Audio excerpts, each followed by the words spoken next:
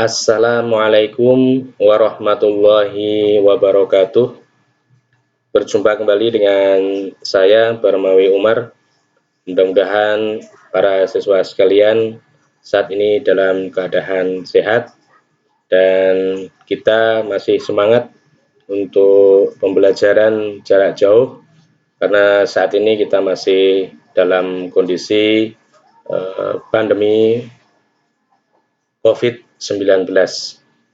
Langsung saja, hari ini kita akan belajar tentang teknologi perkantoran, ya, di mana pelajaran ini merupakan salah satu mata pelajaran yang ada pada kompetensi keahlian otomatisasi dan tata kelola perkantoran, di mana pelajaran ini masuk dalam kelompok C2 yang diajarkan di kelas 10, ya, dengan jumlah jam 144 jam pelajaran yang nanti akan kita sampaikan selama 4 jam pelajaran per minggu.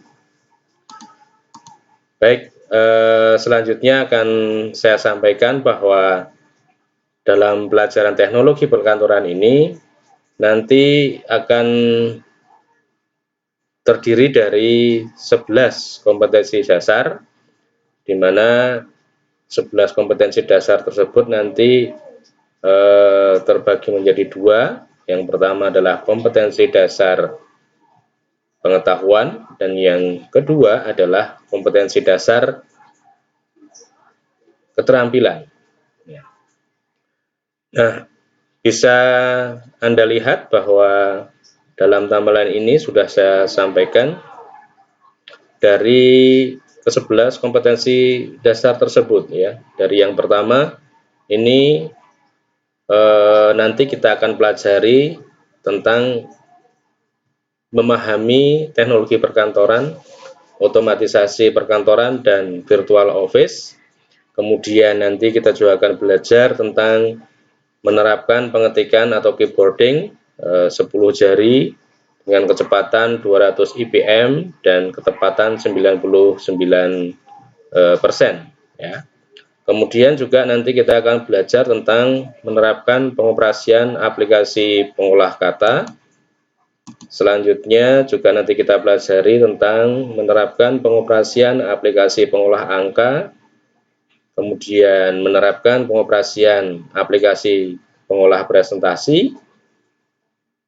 Selanjutnya yaitu menerapkan pengoperasian aplikasi pengolah bahan cetak, kemudian menganalisis informasi dari internet untuk menunjang pekerjaan kantor, kemudian menerapkan pengoperasian transaksi online, selanjutnya yaitu menerapkan prosedur kegiatan rapat atau telekonferensi, kemudian menerapkan pengelolaan informasi weblog, ya, atau weblog, dan yang terakhir kompetensi dasar yang nanti akan kita pelajari adalah mengevaluasi penggunaan teknologi perkantoran.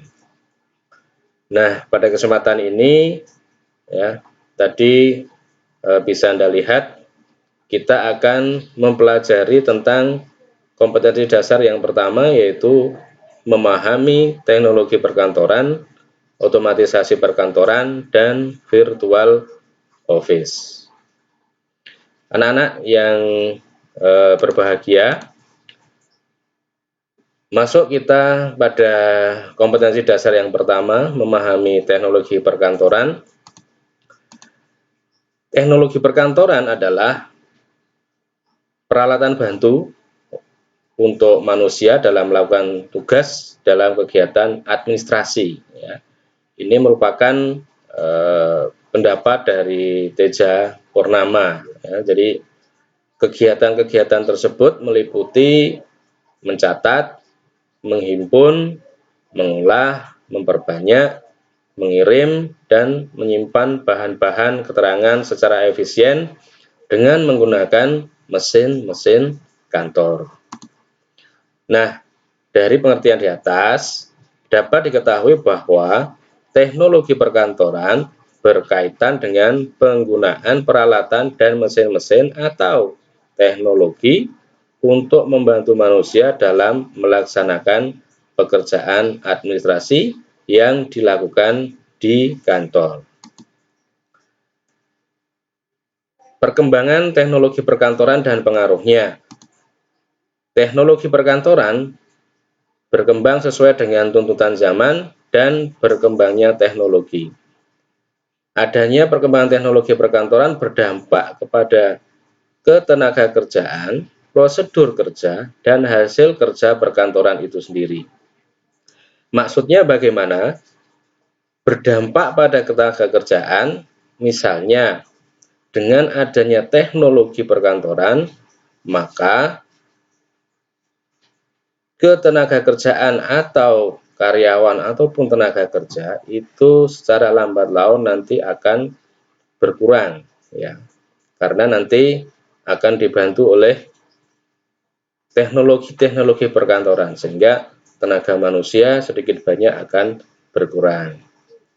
Prosedur kerja, misalnya kalau sebelum ada teknologi perkantoran, prosedur kerja itu sangat panjang, begitu rumit, tetapi dengan adanya teknologi perkantoran, maka prosedur kerja akan semakin efektif dan efisien.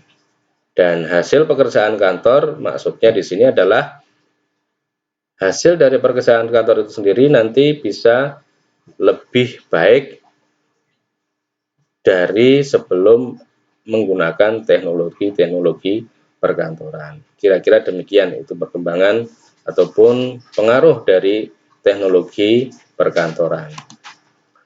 Misalnya ini, ya, pada sebelum berkembangnya teknologi perkantoran, dahulu meskipun sudah ada mesin tik, ya, orang membuat dokumen, membuat surat dibuat dengan menggunakan mesin ketik manual. Ini gambarnya kira-kira seperti ini, mesin tik manual. Kemudian dengan adanya perkembangan teknologi perkantoran, maka mesin tik manual ini berkembang menjadi mesin tik elektronik, ya. Dan pada zaman sekarang, zaman teknologi sekarang ini, mesin tik elektronik ini juga sudah tergantikan dengan komputer. Ya, jadi pekerjaan-pekerjaan yang dulu dikerjakan dengan mesin tik manual, kemudian digantikan dengan mesin tik elektronik, maka saat ini, sekarang ini dikerjakan dengan menggunakan komputer. Nah, para siswa sekalian, kita dalam teknologi perkantoran juga harus mengetahui apa itu perlengkapan kantor, ya.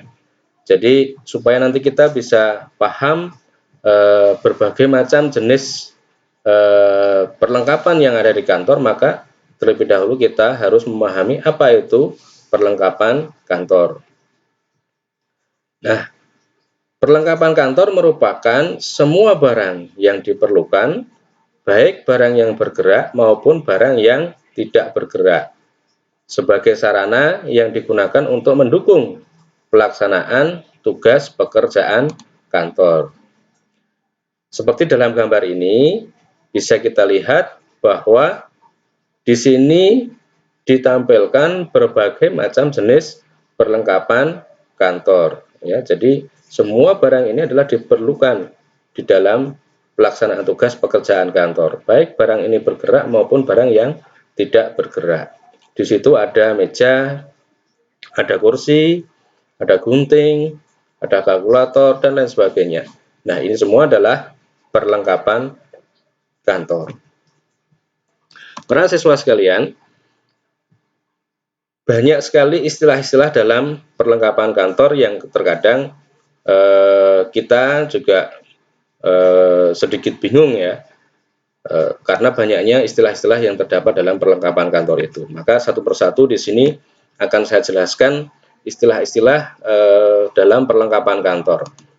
Yang pertama adalah perbekalan kantor atau office supplies, ya, yaitu benda-benda yang akan habis dalam pemakaiannya, di mana benda-benda tersebut tidak tahan lama ya. Jadi benda-benda itu akan habis dalam pemakaian sehari-hari di kantor ya.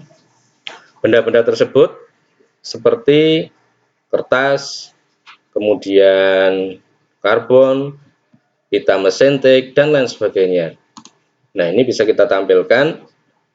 Inilah contoh-contoh perbekalan kantor di mana di dalam gambar ini merupakan perbekalan kantor atau office supplies yang habis pakai ya. Jadi kalau dipakai setiap hari maka dia nanti lama-lama akan habis ya.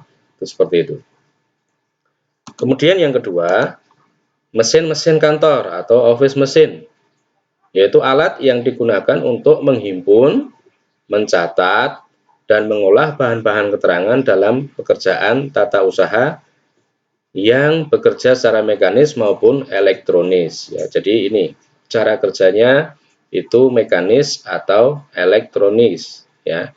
Contohnya misalnya ada cash register, mesin tik, dan mesin stensil. Nah, kalau dalam gambar ini bisa kita lihat itu ada mesin fotokopi ya, ada cash register, ada kemudian di sini risograf, kemudian ada shredder atau penghancur kertas, kemudian ada mesin scanner ya, ada juga di sini adalah mesin jilid.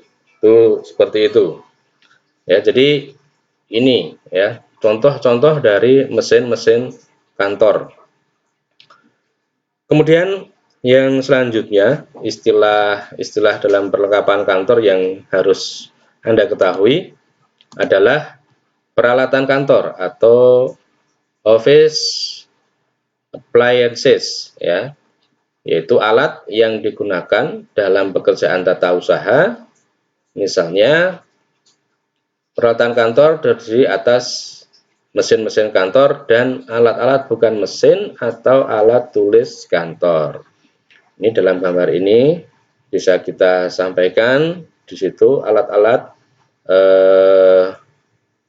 bukan mesin ataupun alat-alat tulis kantor ya, ATK, alat tulis kantor. Ada di situ pena, kemudian pensil, penggaris, kertas ya, itu termasuk dalam alat tulis kantor. Kemudian yang bukan mesin bisa kita lihat misalnya di situ ada kursi, kemudian ada file kabinet. Nah, ini perlengkapan-perlengkapan kantor ya. Para siswa sekalian, kita lanjutkan untuk istilah-istilah perlengkapan kantor yang selanjutnya yang harus Anda ketahui, yaitu perabot kantor atau office furniture ya.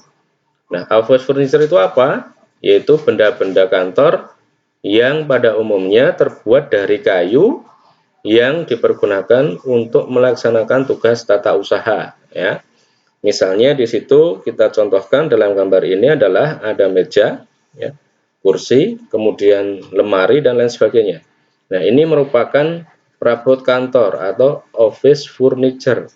Ingat bahwa office furniture itu merupakan benda kantor yang pada umumnya terbuat dari kayu ya, itu perabot kantor.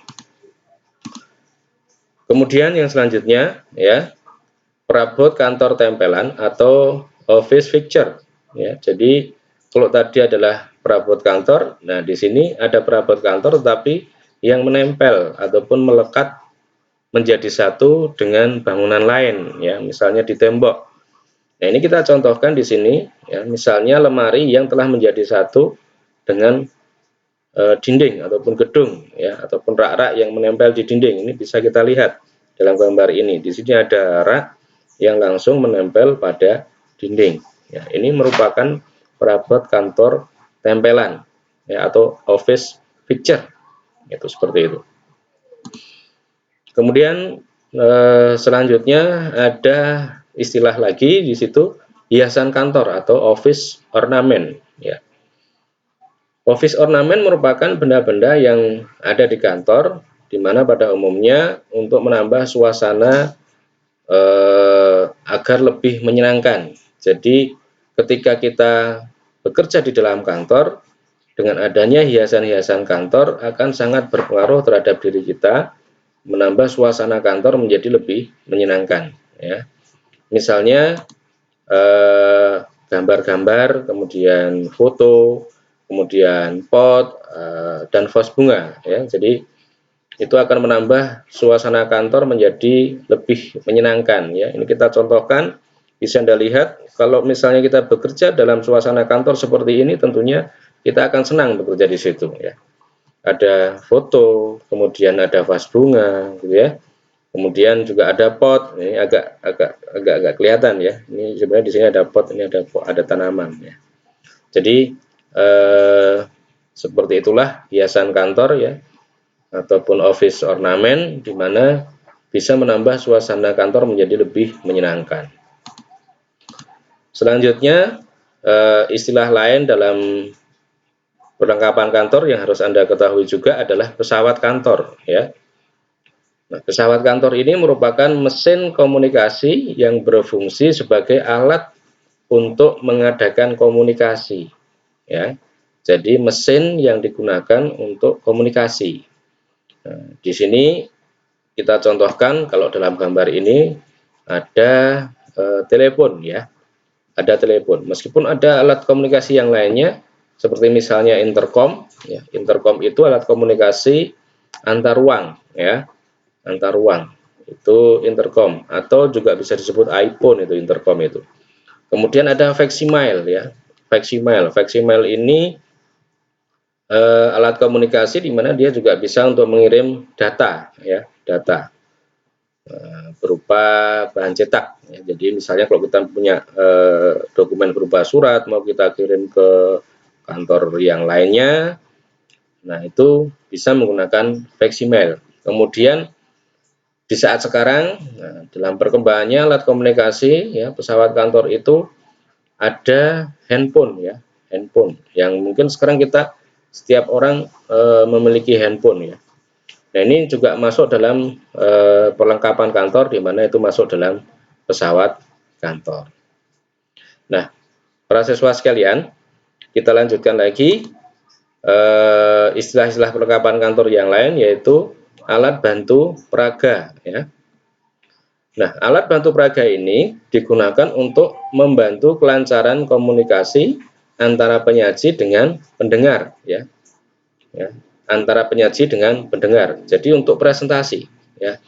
Misalnya tape recorder, kemudian video tape recorder, televisi dan lain sebagainya. Nah, ini kita contohkan di sini ada televisi, kemudian ada LCD ya.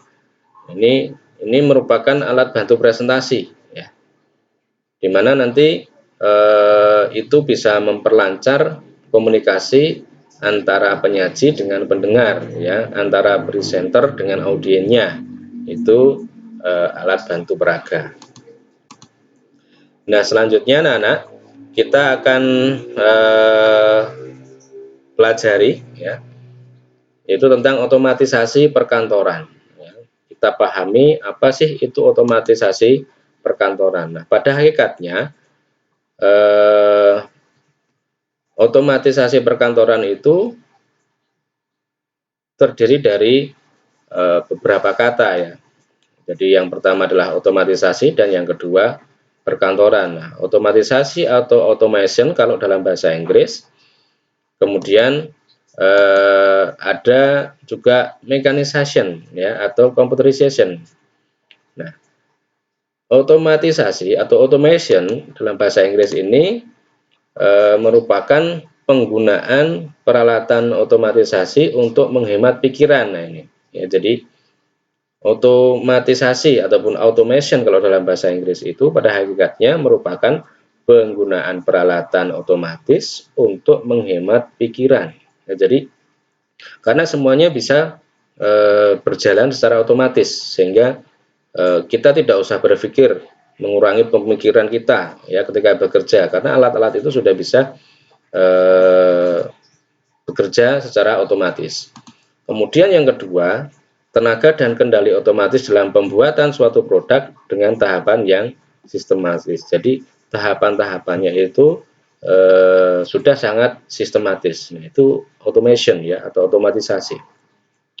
Kemudian mekanisasi ya, mekanisasi atau mechanization ataupun computerization merupakan menggunakan komputer dan menyimpan, melaksanakan atau menghasilkan dengan komputer. Jadi di sini intinya adalah penggunaan komputer untuk melakukan aktivitas pekerjaan, itu mekanisasi atau computerization ya. Sedangkan perkantoran sendiri merupakan kegiatan yang berhubungan dengan pelayanan atau servis, meliputi perolehan, pencatatan, penyimpanan, penganalisaan, dan pengkomunikasian informasi. Jadi pada dasarnya perkantoran itu merupakan kegiatan yang berhubungan dengan pelayanan. Maka dari itu bisa Anda ketahui sekarang bahwa Anda sekarang di kompetensi keahlian otomatisasi dan tata kelola perkantoran ya. Harus Anda sadari bahwa nanti kalau Anda bekerja di kantor ya, itu kaitannya dengan pelayanan atau servis ya, itu seperti itu. Nah, kemudian otomatisasi perkantoran itu apa? Yaitu merupakan pengalihan fungsi manual perkantoran kepada fungsi otomatis. Jadi otomatisasi di sini merupakan pengalihan fungsi manual ya, kepada fungsi otomatis. Karena dalam perkembangan teknologi itu zaman dahulu peralatan kantor itu banyak yang manual ya. Tetapi bisa Anda lihat kalau misalnya nanti kita sudah masuk di sekolah, kita bisa observasi bahwa ternyata saat ini banyak peralatan kantor itu sudah menggunakan peralatan yang fungsi-fungsinya bekerja secara otomatis. Dengan kata lain, peralatan kantor yang sebelumnya menggunakan tenaga manusia ya, digantikan menggunakan peralatan mekanis khususnya komputer dengan memanfaatkan fasilitas jaringan lokal atau local area network, atau kalau kependekannya itu disingkat dengan LAN ya, local area network. Jadi satu dengan yang lain itu terhubung melalui jaringan komputer, sehingga kita tidak tidak harus, kalau misalnya dalam sebuah kantor yang cukup besar itu kita tidak harus wirawiri berjalan ke sana kemari hanya untuk mengirimkan data ya.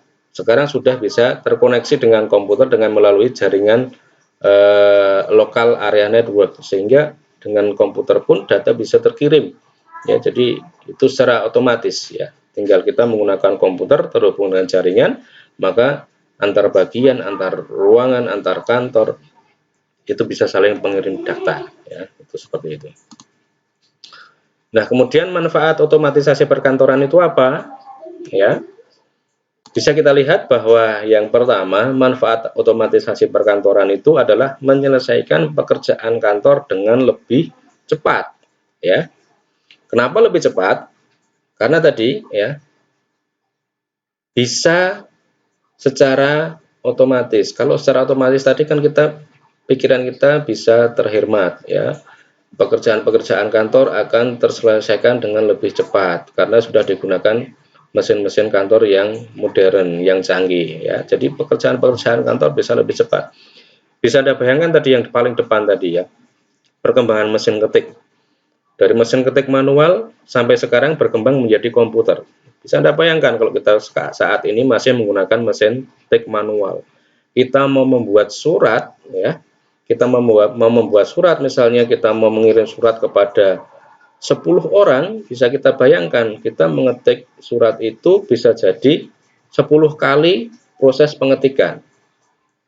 Atau kalau menggunakan kertas karbon ya tentunya tergantung nanti berapa rangkap yang bisa kita buat. Tetapi kalau dengan menggunakan mesin komputer ya, menggunakan komputer, pengetikannya mungkin hanya sekali, tetapi kita bisa mencetak beberapa kali dengan menggunakan mesin komputer tersebut yang dihubungkan dengan printer, sehingga sangat menghemat dan mempercepat pekerjaan kantor itu bisa selesai. Kemudian yang kedua, yaitu mengurangi kebutuhan akan staf dalam jumlah besar. Ada yang tahu kenapa manfaatnya adalah mengurangi kebutuhan akan staf dalam jumlah besar?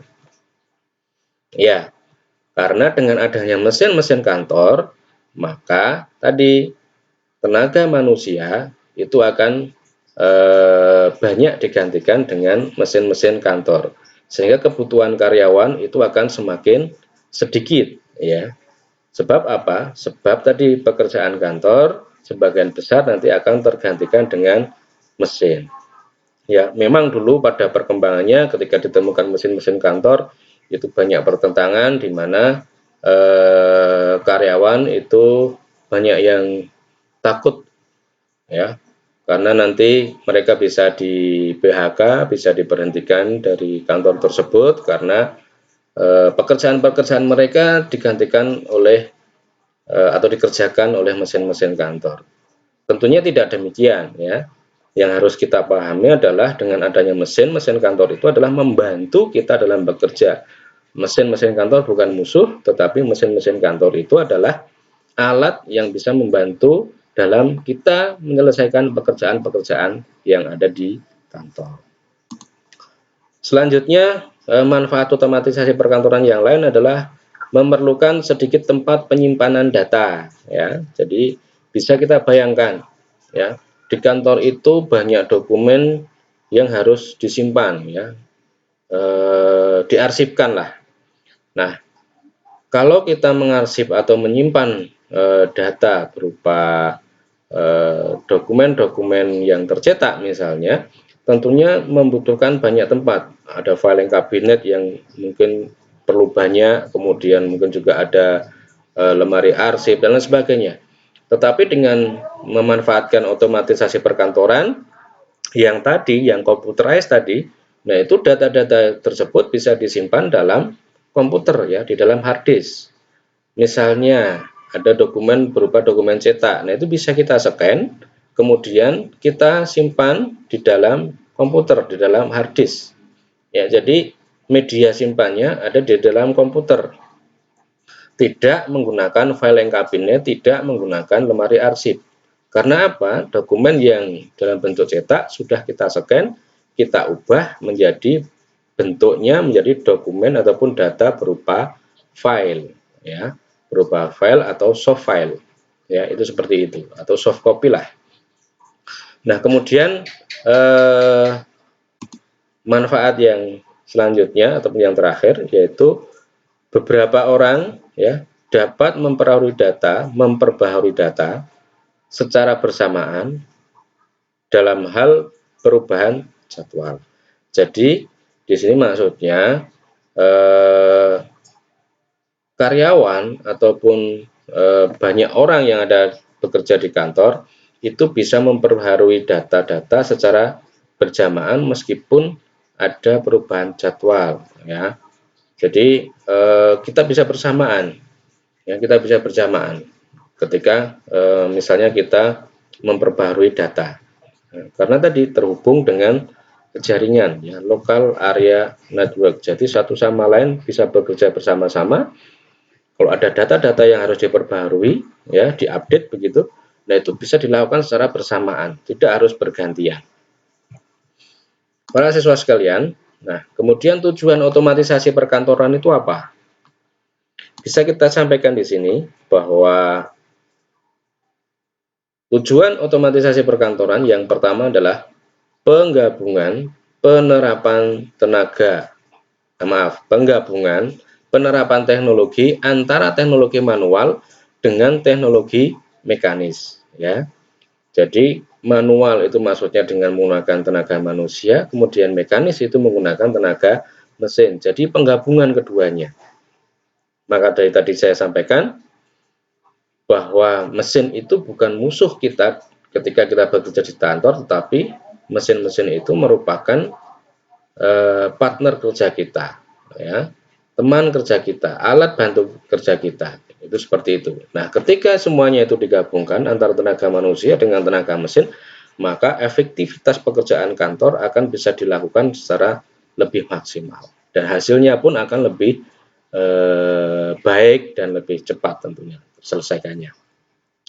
Kemudian tujuan yang kedua adalah memperbaiki proses pelaksanaan pekerjaan di kantor, ya.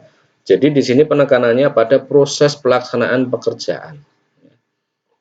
Jadi dengan adanya otomatisasi perkantoran itu pelaksanaan pekerjaan itu secara proses itu akan menjadi lebih baik, ini ya. Ini tujuannya. Kemudian yang ketiga adalah meningkatkan produktivitas dan efektivitas pekerjaan. Nah, ini kaitannya dengan yang pertama ini, ya. Jadi ketika ada penggabungan teknologi manual dan mekanis, maka kaitannya di sini produktivitas dan efektivitas pekerjaan ini juga akan semakin meningkat, ya. Itu. Jadi ketika orang bekerja, maka dia produktivitasnya akan semakin meningkat, ya. Hasil kerjanya akan semakin banyak, misalnya seperti itu, ya. Kemudian selanjutnya adalah memberikan kemampuan antar manajer untuk saling melakukan komunikasi dengan lebih baik dalam memecahkan masalah. Jadi tujuannya adalah memberikan kemampuan antar manajer untuk melakukan komunikasi dengan lebih baik. Ini di sini, ya. Jadi komunikasi manajer-manajer dalam sebuah perusahaan itu akan menjadi lebih baik, ya. Dalam hal apa? Dalam hal memecahkan masalah, ya. Kemudian yang terakhir yaitu peningkatan komunikasi dapat menghasilkan keputusan yang lebih baik dan lebih cepat, ya. Jadi adanya otomatisasi perkantoran, ya. Tadi ada mesin-mesin ataupun pesawat komunikasi tadi, ya. Ada telepon, ada handphone, ada faksimil. Maka di situ bisa meningkatkan komunikasi sehingga apa? Menghasilkan keputusan yang lebih cepat. Komunikasi lancar, ya. Komunikasi lebih cepat sampai, maka keputusan pun juga akan lebih cepat untuk dihasilkan. Itu seperti itu. Nah, kemudian jenis-jenis otomatisasi perkantoran itu apa saja? Ya, yang pertama fixed automation. Ya, jadi fixed automation. Fixed automation di sini nanti kemudian ada jenis yang lain yaitu programmable automation.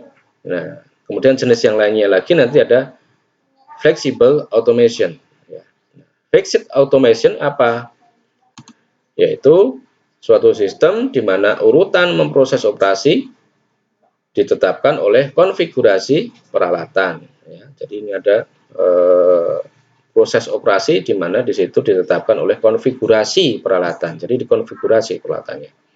Kemudian yang kedua adalah programmable automation, di mana peralatan produksi dirancang dengan kemampuan untuk berubah, ya, urutan dan mengakomodasi bentuk wujud produk yang berbeda.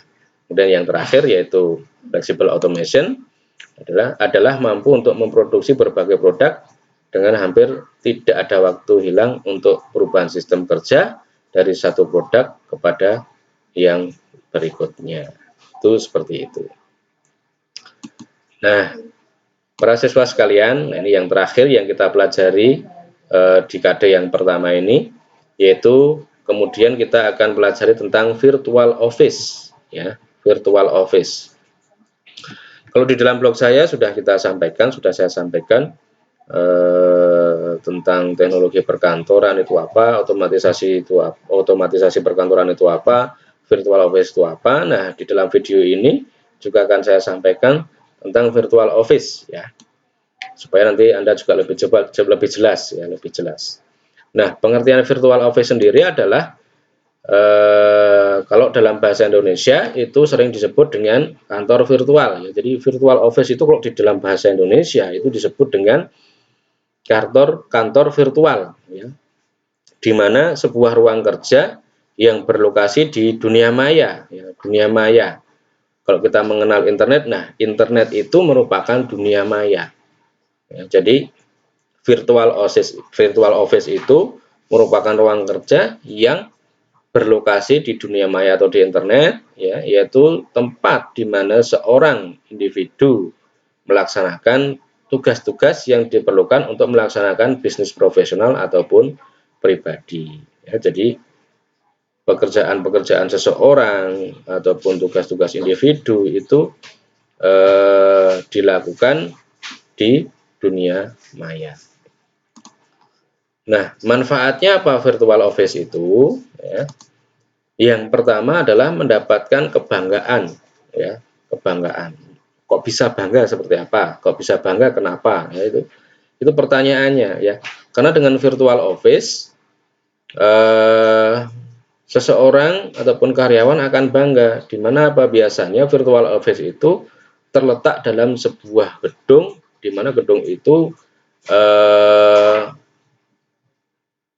bisa disewa, ya, bukan gedung secara keseluruhan, tetapi biasanya hanya ruangan yang sempit, yang tidak begitu lebar, tetapi di situ tempatnya ada di tempat yang strategis, dan gedung itu atau kantor itu kantor yang memang sudah dikenal oleh masyarakat luas, sehingga bisa menimbulkan kebanggaan, ya, bagi karyawan. Ya, itu seperti itu. Kemudian yang kedua adalah menghemat waktu. Ya, manfaatnya menghemat waktu. Kenapa menghemat waktu? Karena dengan virtual office, orang yang mungkin setiap harinya memikirkan kalau berangkat ke kantor itu terjebak kemacetan, ya, dengan menggunakan virtual office maka kemacetan-kemacetan itu bisa teratasi karena pekerjaan tidak harus dilakukan di kantor yang memang ada lokasi tempat kedudukannya, tetapi pekerjaan-pekerjaan bisa dilakukan di mana saja, ya, sehingga kita bisa menghemat. Dari rumah pun kita bisa bekerja, dimanapun kita berada kita bisa bekerja, asal terhubung dengan internet, ya, itu seperti itu. Jadi waktu bisa sangat banyak terhemat. Kemudian yang ketiga adalah menarik minat calon klien. Nah, ini ada kaitannya dengan yang pertama tadi, ya, mendapat kebanggaan karena kantor kita itu berada di lokasi yang strategis, ya, yang strategis. Kita hanya menyewa, ya, menyewa sebuah ruangan di mana di situ nanti klien kita bisa datang ke situ kalau misalnya ada keperluan-keperluan. Tetapi tidak menutup kemungkinan juga nanti klien bisa berhubungan dengan perusahaan kita melalui dunia maya, ya. Jadi klien itu akan tertarik dengan perusahaan kita, ya, usaha-usaha apa yang kita lakukan di situ di perusahaan kita, bergerak di bidang apa. Nah, itu biasanya klien nanti akan semakin tertarik. Kemudian yang keempat yaitu menghemat budget ataupun pengeluaran, ya. Bisa Anda bayangkan kalau misalnya kantor konvensional, ya, ada kantor yang berkedudukan di suatu tempat lokasi, bangunannya sangat besar, membutuhkan banyak energi listrik, ya, membutuhkan banyak air.